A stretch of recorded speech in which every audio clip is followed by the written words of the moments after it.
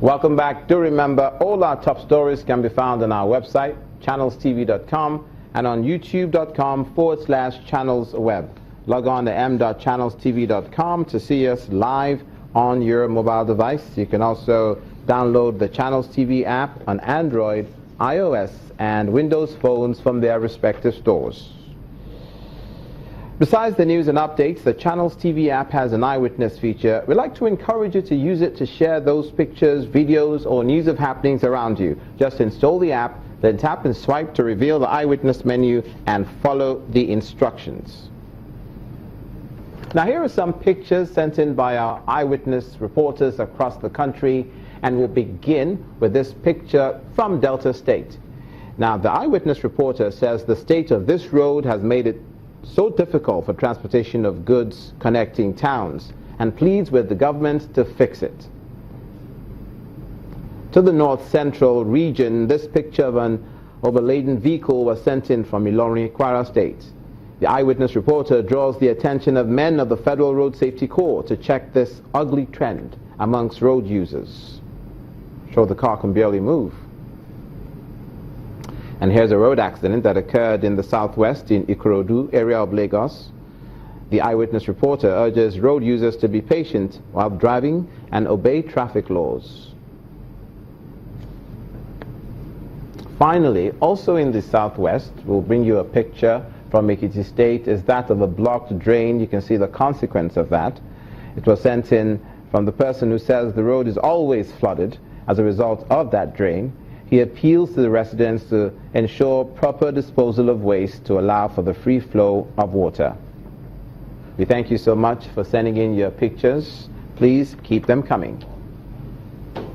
And now, the internet has become an integral part of our daily life, and with people spending more time online, it's important for users to be aware of the increasing threat of cyber attacks and the risks to their privacy.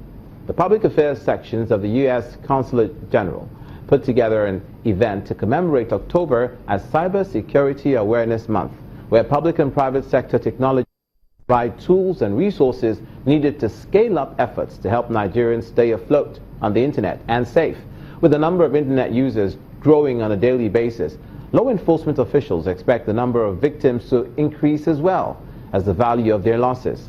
Cybersecurity Ventures, a leading tech research company, in a recent report forecast that the global community will lose more than $6 trillion annually by 2021. Public affairs sections of the United States Consulate General in Lagos commemorate October 2016 as Cybersecurity Awareness Month.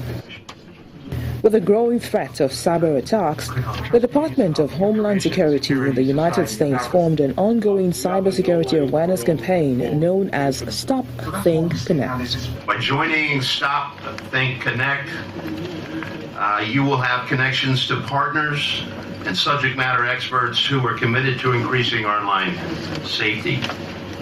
You will receive cybersecurity tips, messaging, articles, and presentations, and you will have access to monthly discussions highlighting current cyber issues and trends. Cybersecurity Ventures, a leading tech research company, in a report forecast that the global community will lose more than $6 trillion annually by 2021. Symantec, a technology security company, also added that cybercrime has now surpassed illegal drug trafficking as a criminal money maker, and in every 3 seconds, someone's identity is being stolen. Lots of people, cyber thieves, hackers, can find ways to use your personal information in ways you might not expect. Be careful of clicking on links that say one thing when you look at it, but when you put your mouse over that link reads something else. It can be a source of danger. It can take you to a website that you don't want to be on. That website can be taking your information. There's all kinds of things you can learn about in terms of cybersecurity. We need to equip the law enforcement agencies so that they'll be able to track, apprehend, and prosecute the cyber criminals. So they need that education, they need the tools to be able to do that. Then apart from that, there's need for sensitization, awareness, so that people will know that this thing is real, and we need to do something about it. Law enforcement officials expect the number of cybercrimes to increase and advise users to be more vigilant when using the internet. As the federal government's anti-corruption fight comes under criticism that is intense, the Minister of Information, Alhaji Lai Mohammed, says the fight against corruption is a constitutional imperative and still within the ambits of the law. But a former Deputy Governor of the Central Bank of Nigeria, Dr. Obadiah Malaifa, urges the government to provide a clear blueprint for economic revival alongside the war against corruption. In many ways, the president's anti-corruption drive has generated applause and backlash. The latest is the arrest and detention of some judges. This and other issues were brought to the fore at this forum in Abuja. In light of the economic crisis, the Minister of Information put forward a defense. It's a constitutional imperative. Section 15, subsection 5 of the Constitution gives a cardinal reason for statehood. It says the state shall abolish all corrupt practices and abuse of office.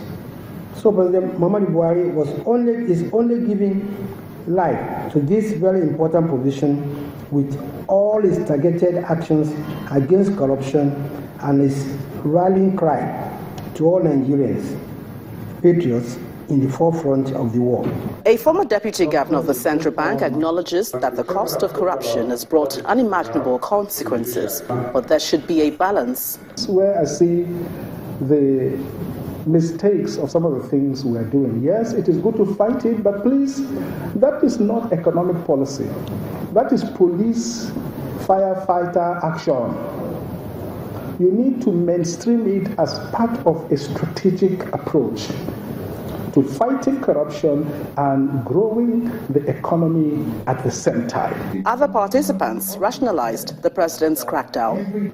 The case of the judges is an example of the problem and the fact that we are at war. Is it corruption reading? Is it the corruption reading fraternity? Scratch my back, I scratch your back? Or the interest of the so-called rule of law? The reason why the NJC cannot act is because a good number of them are potential arrestees.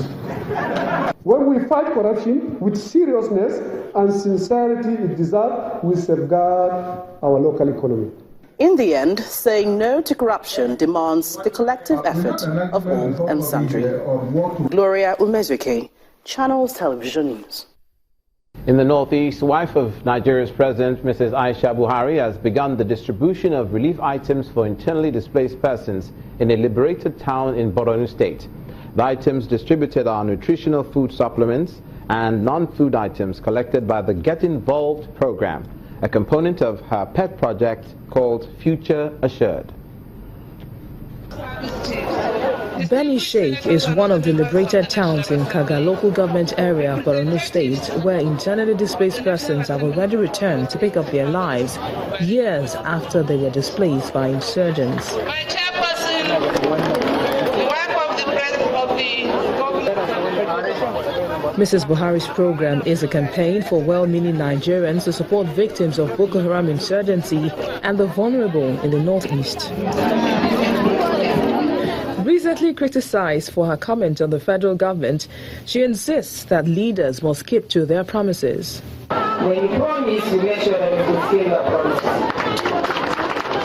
And that is what we are all after. And that's what I'm after in particular, the success of my husband's administration. And I can't do it alone except with the help of the governor, the governor's wife, and all members of our Progressive Party. The Borno State Governor, Kashim Shettima, welcomes the initiative and calls for contributions from all well-meaning individuals and groups to quicken the resettlement of the IDPs. Today, we are here under an atmosphere of peace and tranquility, and this is the situation that is prevailing in most parts of Borno State. I want to thank our mother, Aisha Buhari. She has shown love and affection. This is not our first time of coming to Borno. Over 350 families represented by women benefited from Mrs. Buhari's intervention. News across Nigeria. Coming up in the third half, Rivers State is marking 50 years since her creation. Stay with us.